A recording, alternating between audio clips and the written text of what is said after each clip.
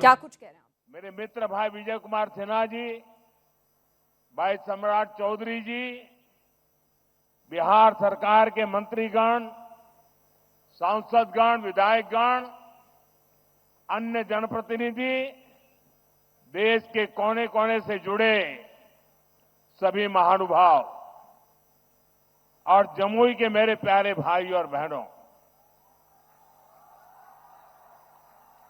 आज देश के अनेक मुख्यमंत्री, अनेक राज्यपाल, अनेक राज्यों के मंत्री, केंद्र सरकार के मंत्री हिंदुस्तान के अलग अलग जिलों में बहुत बड़े कार्यक्रम हो रहे हैं, उसमें वो मौजूद है।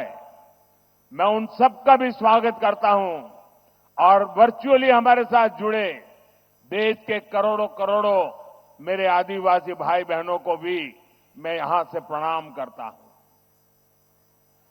गीत दौर दुर्गा माई बाबा धनेश्वर नाथ के इस पवित्र धरती के नमन कर ही भगवान महावीर के ही जन्मभूमि पर अपने सबके अभिनंदन करी।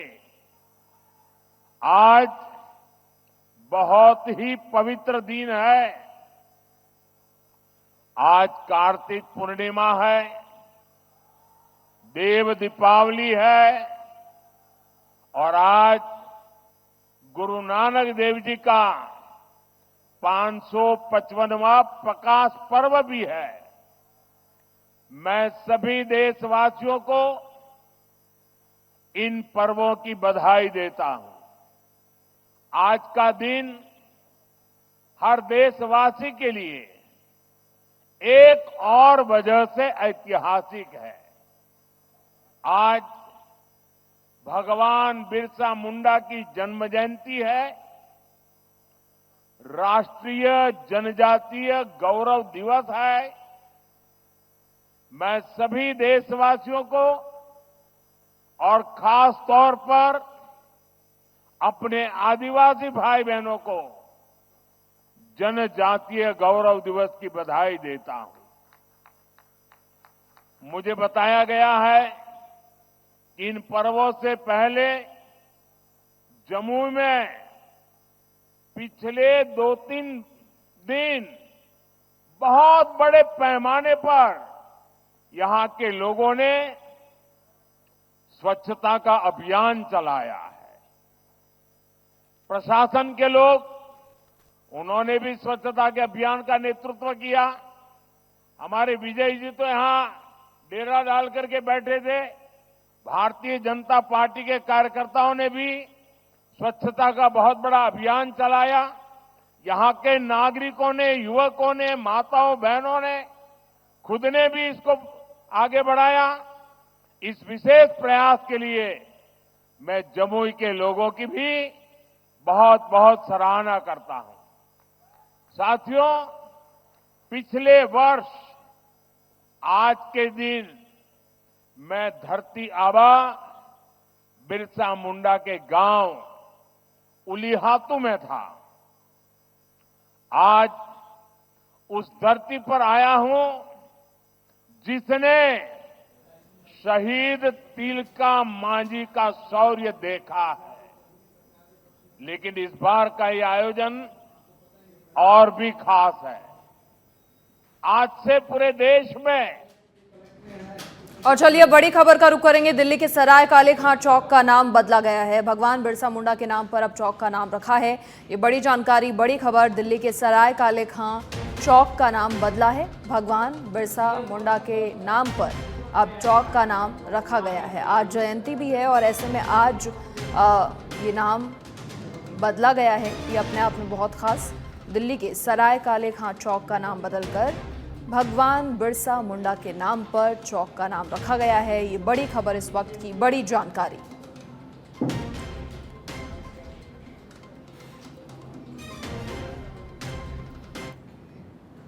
और बिहार का रुख करेंगे। प्रधानमंत्री नरेंद्र मोदी का संबोधन लगातार जारी।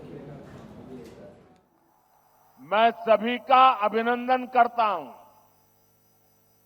अभी मुझे यहां भगवान बिरसा मुंडा के वंशज श्री बुधराम मुंडा जी का भी स्वागत सत्कार करने का सौभाग्य मिला है।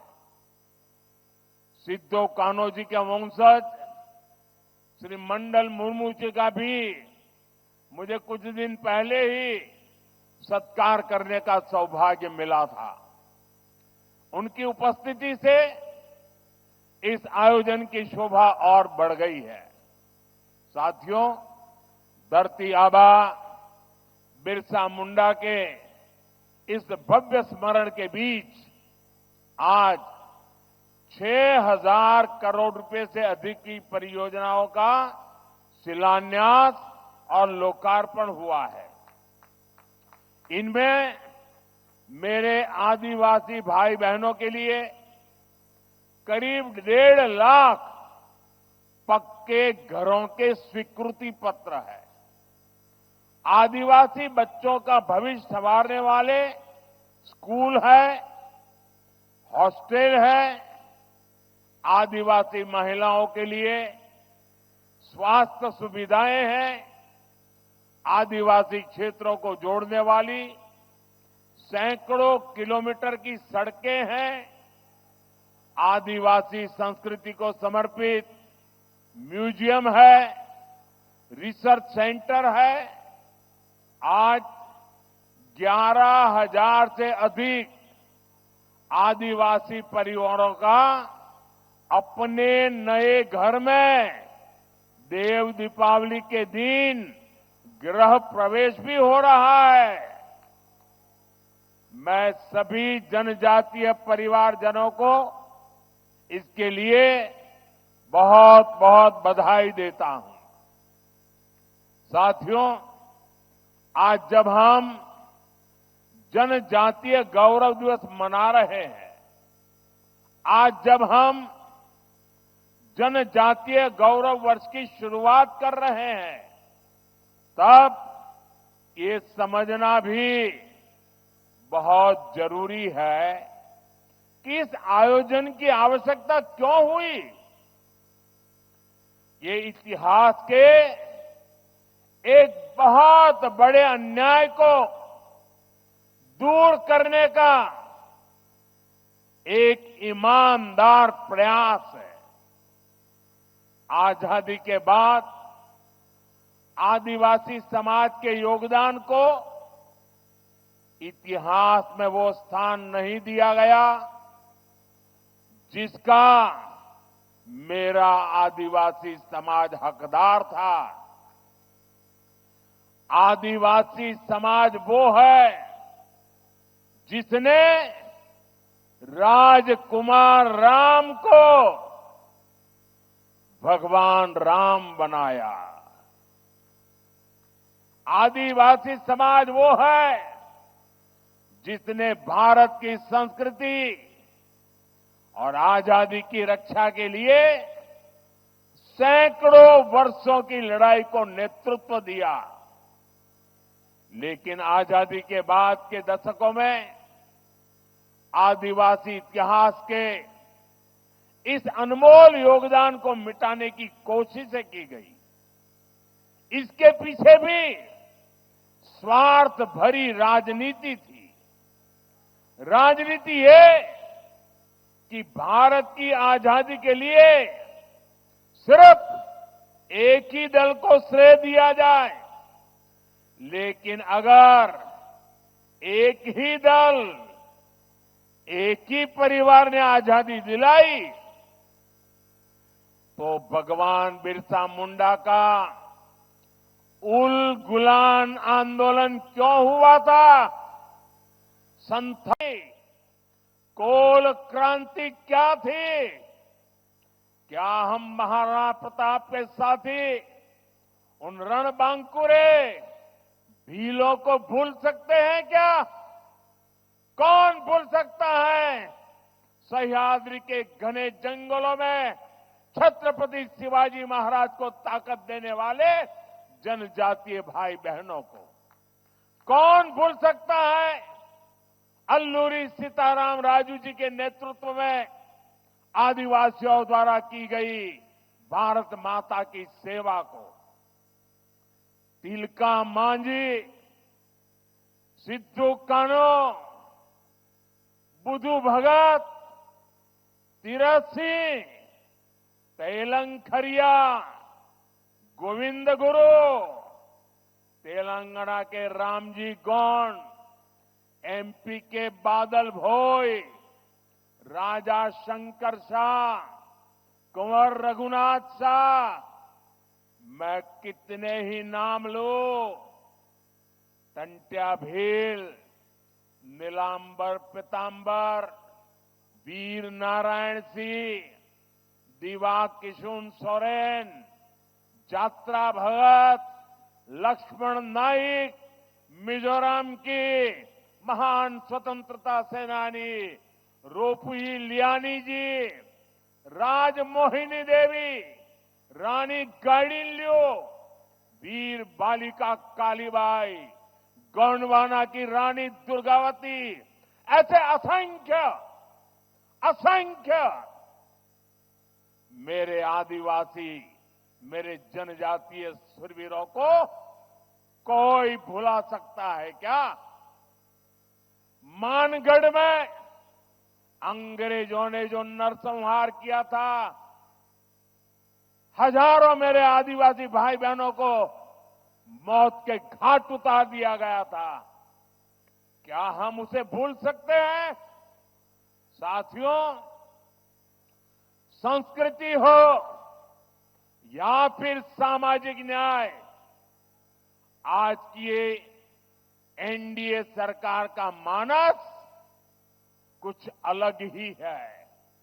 मैं इसे भाजपा ही नहीं बल्कि एनडीए का सौभाग्य मानता हूं कि हमें द्रौपदी मुर्मू जी को राष्ट्रपति बनाने का अवसर मिला।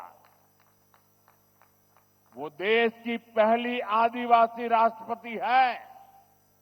मुझे याद है जब एनडीए ने द्रौपदी मुर्मू जी का राष्ट्रपति का उम्मीदवार बनाना तय किया तो हमारे नीतीश बाबू ने पूरे देश के लोगों को अपील की थी कि द्रौपदी मुर्मू जी को भारी मतों से जिताना चाहिए। आज जिस पीएम जनमन योजना के तहत अनेक काम शुरू हुए हैं, उसका श्रेय भी राष्ट्रपति द्रौपदी मुर्मू जी को ही जाता है। जब वो झारखंड की राज्यपाल थी और फिर जब वो राष्ट्रपति बनी तो अक्सर मुझसे आदिवासियों में भी अति पिछड़ी आदिवासी जनजातियों का जिक्र किया करती थी। इन अति पिछड़ी आदिवासी जनजातियों की पहले की सरकारों ने कोई परवाह ही नहीं की थी।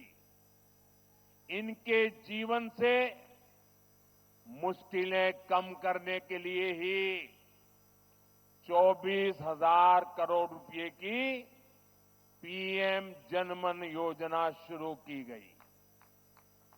पीएम जनमन योजना से देश की सबसे पिछड़ी जनजातियों की बस्तियों का विकास सुनिश्चित हो रहा है।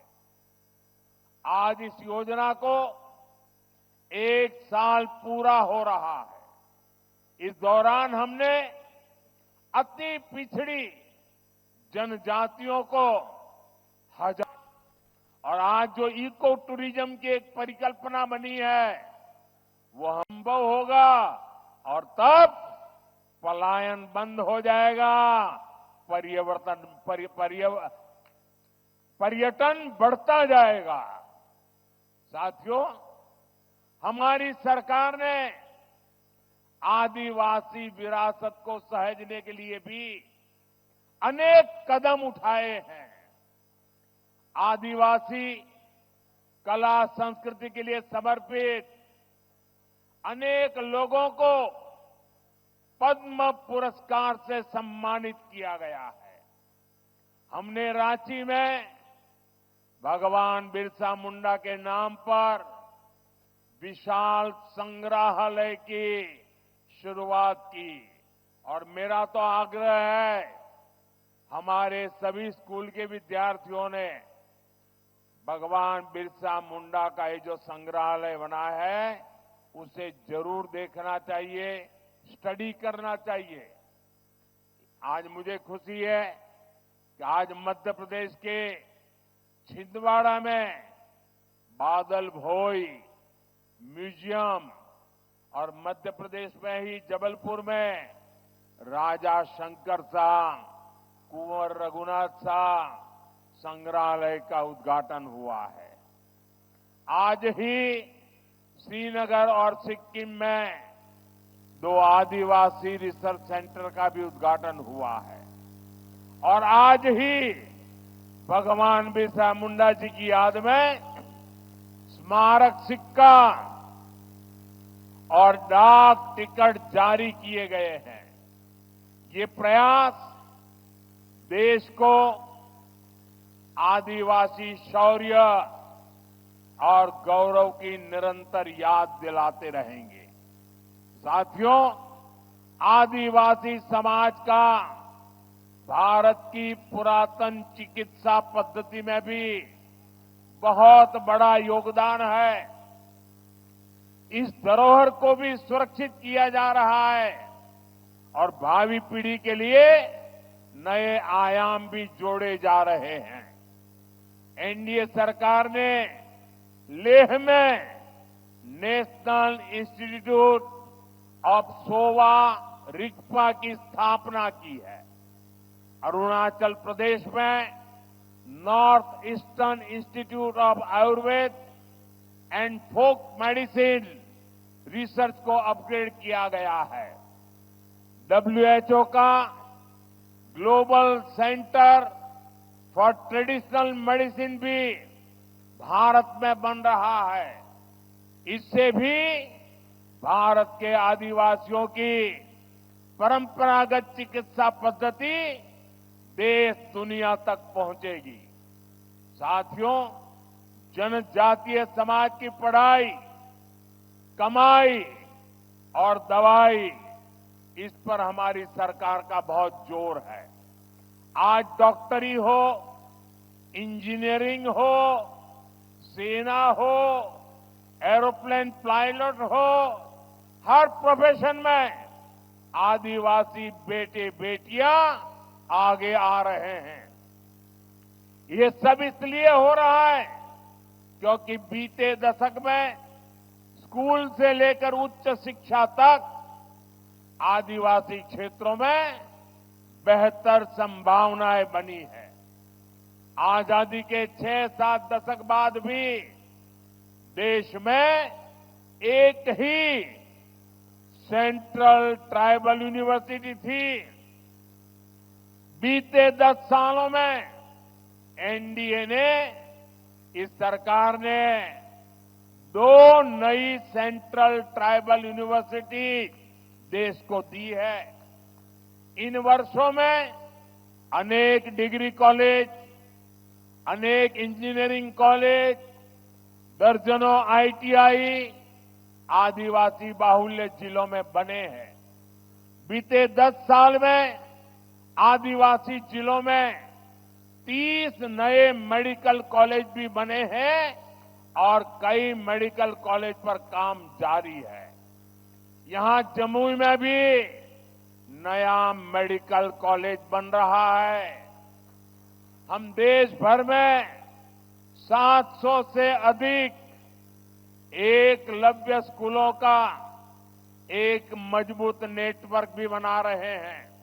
साथियों, मेडिकल, इंजीनियरिंग और टेक्निकल शिक्षा में आदिवासी समाज के सामने भाषा की भी एक बहुत बड़ी समस्या रही है। हमारी सरकार ने मातृभाषा में परीक्षा के विकल्प दिए हैं। इन फैसलों ने आदिवासी समाज के बच्चों को नया हौसला दिया है, उनके सपनों को नए पंख लगाए हैं। साथियों, बीते 10 साल में आदिवासी नौजवानों ने स्पोर्ट्स में भी, खेलकूद में भी कमाल किया है। इंटरनेशनल टूर्नामेंट में भारत के लिए मेडल जीतने वालों में ट्राइबल खिलाड़ियों का बहुत बड़ा योगदान है। आदिवासी युवाओं की इस प्रतिभा को देखते हुए जनजातीय क्षेत्रों में खेल सुविधाओं का विस्तार किया जा रहा है। खेलो इंडिया अभियान के तहत आधुनिक मैदान, स्पोर्ट्स कॉम्प्लेक्स आदिवासी बाहुल जिलों में बनाए जा रहे हैं। भारत की पहली नेशनल स्पोर्ट्स यूनिवर्सिटी भी मणिपुर में बनाई गई है। साथियों, आजादी के बाद 70 साल तक हमारे देश में बांस से जुड़े कानून बहुत सख्त थे। इससे आदिवासी समाज सबसे ज्यादा परेशान था। हमारी सरकार ने बांस काटने से जुड़े कानूनों को सरल किया। पहले ही की सरकार के समय सिर्फ 8-10 वन उपज, उस पर ही एमएसपी मिला करती थी। ये एनडीए सरकार ही है जो अब करीब 90 वन उपजों को एमएसपी के दायरे में लाई है। आज देश भर में 4000 से अधिक वन धन केंद्र काम कर रहे हैं। इनसे 12 लाख आदिवासी भाई बहन जुड़े हैं। उनको कमाई का बेहतर साधन मिला है। साथियों, जब से लखपति दीदी अभियान शुरू हुआ है, तब से करीब 20 लाख आदिवासी समाज की बहनें लखपति दीदी बन चुकी है। और लखपति दीदी का मतलब ये नहीं है कि एक बार 1 लाख, हर वर्ष 1 लाख रुपए के भी ज्यादा कमाई वो मेरी लखपति दीदी है। अनेक आदिवासी परिवार कपड़ों, खिलौनों, साज सज्जा के शानदार सामान बनाने के काम में जुटे हैं। ऐसे हर सामान के लिए हम बड़े शहरों में हाट बाजार लगा रहे हैं। यहां पर भी बहुत बड़ा हाट लगा है, देखने जैसा है। मैं आधे घंटे तक वहीं घूम रहा था। हिंदुस्तान के अलग अलग जिलों से मेरे आदिवासी भाई बहन आए हुए हैं और क्या बढ़िया बढ़िया चीजें बनाई है। देख करके मैं तो हैरान था। आपसे भी मेरा आग्रह है, उसे देखिए भी और कुछ मन कर जाए तो खरीद भी कीजिए। इंटरनेट पर भी इसके लिए एक वैश्विक बाजार बना रहे हैं। मैं खुद भी जब विदेशी नेताओं को गिफ्ट देता हूं तो इसमें बहुत बड़ी संख्या में आदिवासी भाई बहनों द्वारा बनाए गए सामान में भेंट करता हूं। हाल में ही मैंने झारखंड की सोहराई पेंटिंग, मध्य प्रदेश की गोंड पेंटिंग और महाराष्ट्र की वारली पेंटिंग विदेश के बड़े बड़े नेताओं को भेंट की है। अब उन सरकारों के अंदर दीवारों पर ये चित्र नजर आएंगे। इससे आपके हुनर, आपकी कला का दुनिया में भी यश बढ़ रहा है। साथियों, पढ़ाई और कमाई का लाभ तभी मिल पाता है जब परिवार स्वस्थ रहे। आदिवासी समाज के लिए सिकल सेल एनीमिया की बीमारी एक बहुत बड़ी चुनौती रही है। हमारी सरकार ने इससे निपटने के लिए राष्ट्रीय अभियान चलाया है। इसको शुरू हुए 1 साल हो चुका है। इस दौरान करीब 4.5 करोड़ साथियों की स्क्रीनिंग हुई है। आदिवासी परिवारों को अन्य बीमारियों की जांच के लिए ज्यादा दूर जाना न पड़े, इसके लिए बड़ी संख्या में आयुष्मान आरोग्य मंदिर बनाए जा रहे हैं। दुर्गम से दुर्गम इलाकों में भी मोबाइल मेडिकल यूनिट स्थापित की जा रही है। साथियों, आज भारत पूरी दुनिया में क्लाइमेट चेंज के खिलाफ लड़ाई का, पर्यावरण की रक्षा का बड़ा नाम बना है। ऐसा इसलिए क्योंकि हमारे विचारों के मूल में आदिवासी समाज के सिखाए संस्कार है। इसलिए मैं प्रकृति प्रेमी आदिवासी समाज की बातें पूरी दुनिया में बताने की कोशिश करता हूं। आदिवासी समाज सूर्य और वायु को, पेड़ पौधों को पूजने वाला समाज है। मैं इस पावन दिवस पर एक और जानकारी आपको देना चाहता हूं। भगवान बिरसा मुंडा की 150वीं जन्म जयंती के उपलक्ष्य में देश के आदिवासी बाहुल्य जिलों में बिरसा मुंडा जनजातीय गौरव उपवन बनाए जाएंगे। बिरसा मुंडा जनजातीय गौरव उपवन में 500,000 वृक्ष लगाए जाएंगे। मुझे पूरा भरोसा है इसके लिए सभी का साथ मिलेगा, सबका सहयोग मिलेगा। साथियों, भगवान बिरसा मुंडा की जयंती का ये उत्सव हमें बड़े संकल्पों को तय करने की प्रेरणा देता है। हम मिलकर देश के आदिवासी विचारों को नए भारत के निर्माण का आधार बनाएंगे। हम मिलकर आदिवासी समाज की विरासत को सहेजेंगे। हम मिलकर उन परंपराओं से सीखेंगे जो सदियों से आदिवासी समाज ने संरक्षित कर रखी है। ऐसा करके ही हम सही मायने में एक सशक्त, समृद्ध और सामर्थ्यवान भारत का निर्माण कर पाएंगे। एक बार फिर आप सभी को जनजातीय गौरव दिवस की ढेर सारी शुभकामनाएं। मेरे साथ फिर से बोलेंगे, मैं कहूंगा भगवान बिरसा मुंडा, आप कहेंगे अमर रहे, अमर रहे। भगवान बिरसा मुंडा, भगवान बिरसा मुंडा, भगवान बिरसा मुंडा। बहुत बहुत धन्यवाद।